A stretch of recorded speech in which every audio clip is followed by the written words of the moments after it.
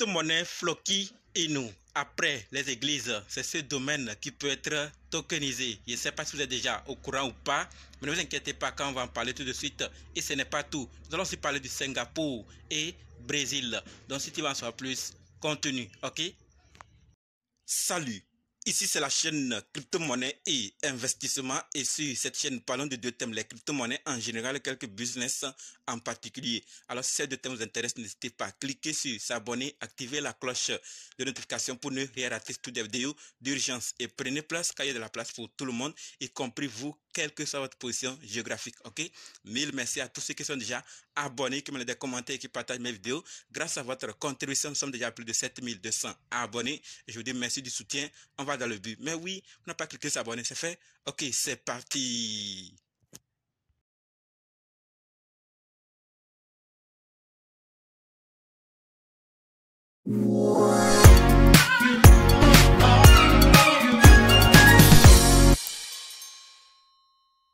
On commence avec cette nouvelle concernant Singapour. Et ce que nous devons savoir, c'est que Singapour se classe au premier rang mondial de l'adoption de la crypto-monnaie en raison de son approche réglementaire progressive envers l'industrie. Singapour favorise l'adoption de la crypto-monnaie grâce à un système bancaire de soutien, des investissements importants et des réglementations complètes. Hong Kong se classe au deuxième rang, les Émirats arabes unis au troisième rang, les États-Unis au quatrième, comme vous êtes en train de le voir actuellement. Et ce n'est pas tout, il y a l'Angleterre, Malte, Australie, Malaisie, Canada en 9e position, Thaïlande en 10e et d'autres que vous êtes en train de voir comme l'Italie en 15e et d'autres qui sont en bas encore. C'est ce qui ressort du rapport Henley Crypto Adoption 2024. Et ça ne m'étonne pas parce que depuis, nous connaissons tous que ces pays sont des pays crypto-friendly. Donc, dans un tel rapport, ils doivent faire partie.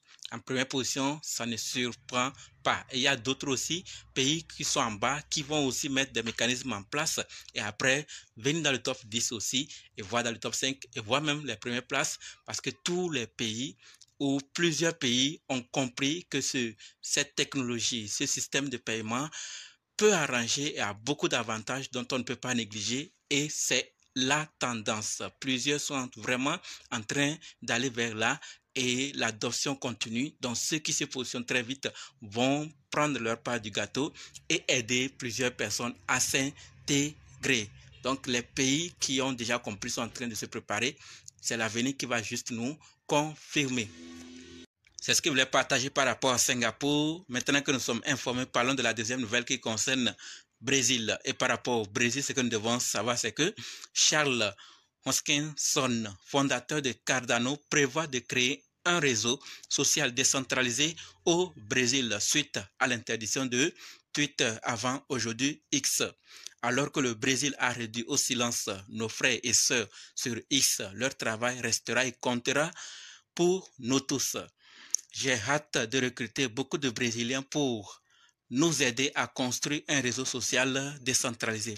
Pour ceux qui ne comprennent pas de quoi il s'agit, Twitter ou avant aujourd'hui X ne fonctionne pas. C'est interdit au Brésil et plusieurs Brésiliens n'ont plus accès.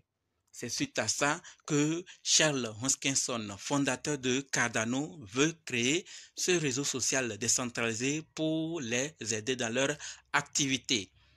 Ceux qui me suivent déjà sur TikTok vont déjà savoir ou connaître cette information parce que j'ai déjà partagé. Ce n'est pas seulement Twitter qui est menacé actuellement dans le monde, ou ce n'est pas seulement Pavel Durov, fondateur de Telegram, qui subit ces menaces-là. Il y a plusieurs géants de la tech, plusieurs géants de ce monde, entrepreneurs ou grandes personnalités qui sont menacés, comme Twitter au Brésil, Pavel Durov en France et d'autres pays qui vraiment ne laissent pas tranquille les géants de la tech. Donc c'est suite à ça que Charles Hoskinson lui veut lancer ce réseau social.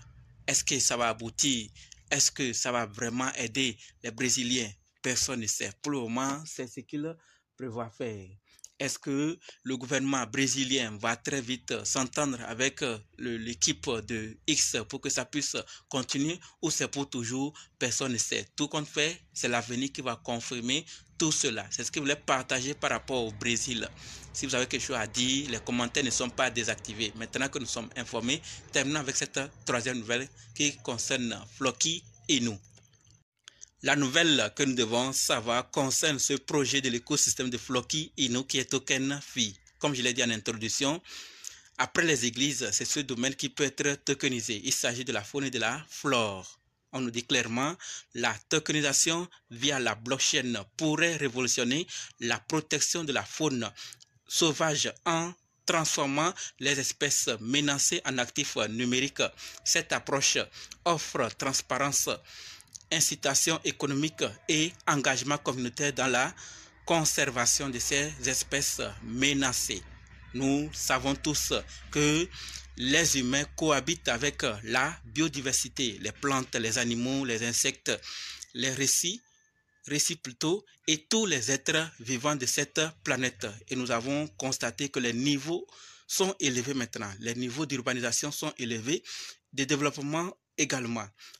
Ce qui a conduit à une déforestation incontrôlée, au braconnage, à la pollution et au changement climatique, ce qui a un impact direct sur la santé et le bien-être plutôt de la flore et de la faune. Donc suite à cela, plusieurs pensent qu'est-ce qu'il faut faire, et Token Phi est mieux placé pour aider ces entreprises ou ces structures de la faune et de la flore à protéger ces espèces menacées ou en voie de disparition.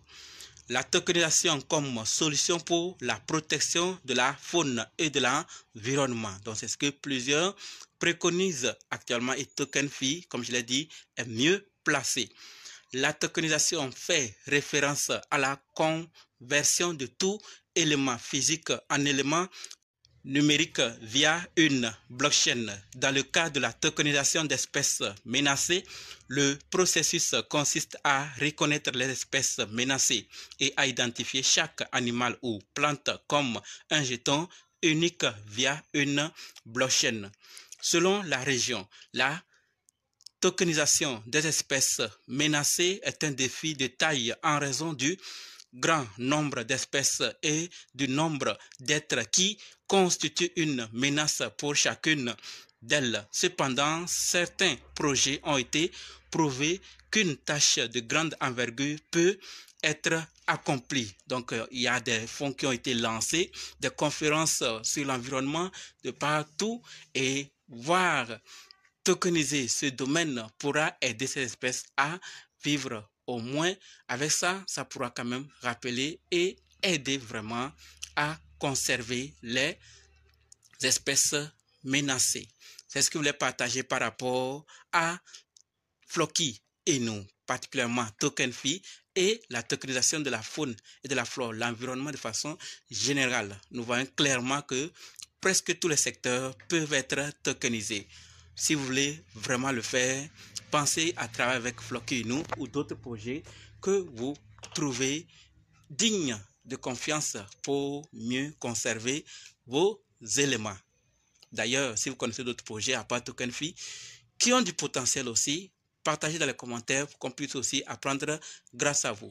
C'est tout. Merci d'avoir suivi jusqu'ici. Et maintenant, on se donne rendez-vous dans d'autres vidéos dans les commentaires. N'oubliez pas de nous rejoindre sur Telegram ou à Facebook. Les liens sont dans la description. Et pour ceux qui sont prêts pour la formation, dites simplement ici, prêt, je veux votre formation. Merci.